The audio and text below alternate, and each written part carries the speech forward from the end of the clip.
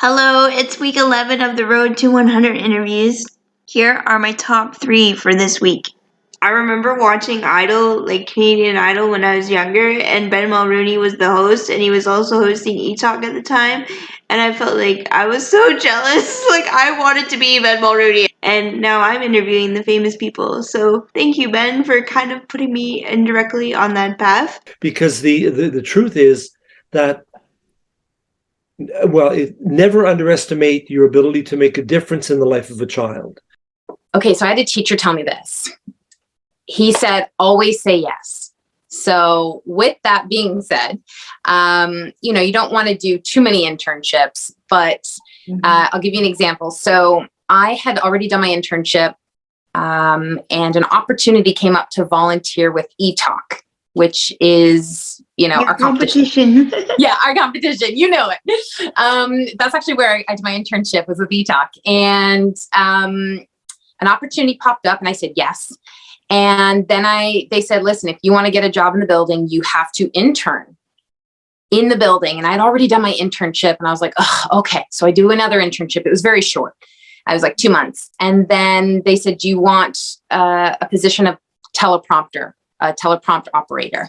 And at the time I had co-hosted shows, nothing on at local stations, but I had friends of mine saying, you went to school for broadcast journalism and, don't take this position. What if you get an on-air position?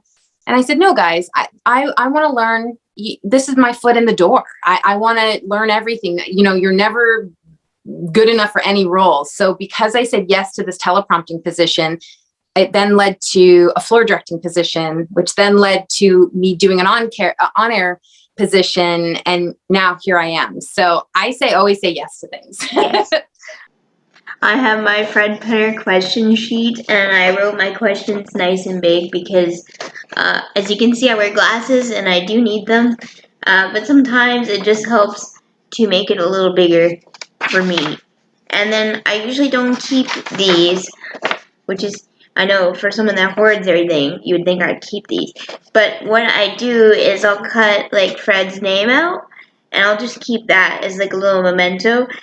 And then I am on the direct funding program, which allows me to hire PSWs, personal support workers, but direct funding actually calls them attendants, and I have to pay them. And so what I do is I'll put this back in the printer, but I'll print their pay stub on the bottom half of the paper, cut that in half, and then I keep the top for memories. And it's good for the environment, too. Ta-da! So you might wonder what I do before an interview, right before, how I prepare, and mostly panic is what I do before the interview. But then once it gets going, it's usually fine. So I just had my lunch and I did a quick crumb check, make sure there's no crumbs. Also, there's no shame in having a juice box. Hello, Annette. Hello, how are you? I'm good. Opening up that window, fixing my hair. Okay. Yeah.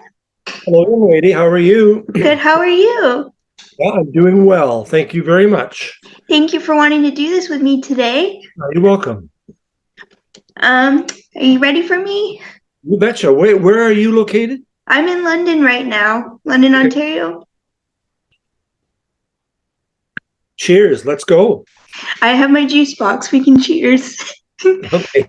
I just wanted to quickly mention that when I sent my questions for Priyanka, I forgot to send the photo of us together. And what I liked about our experience together was that Priyanka was the first drag performer to host or co-host the CCMAs, and I was the first disabled person that won the Ultimate Fan Contest.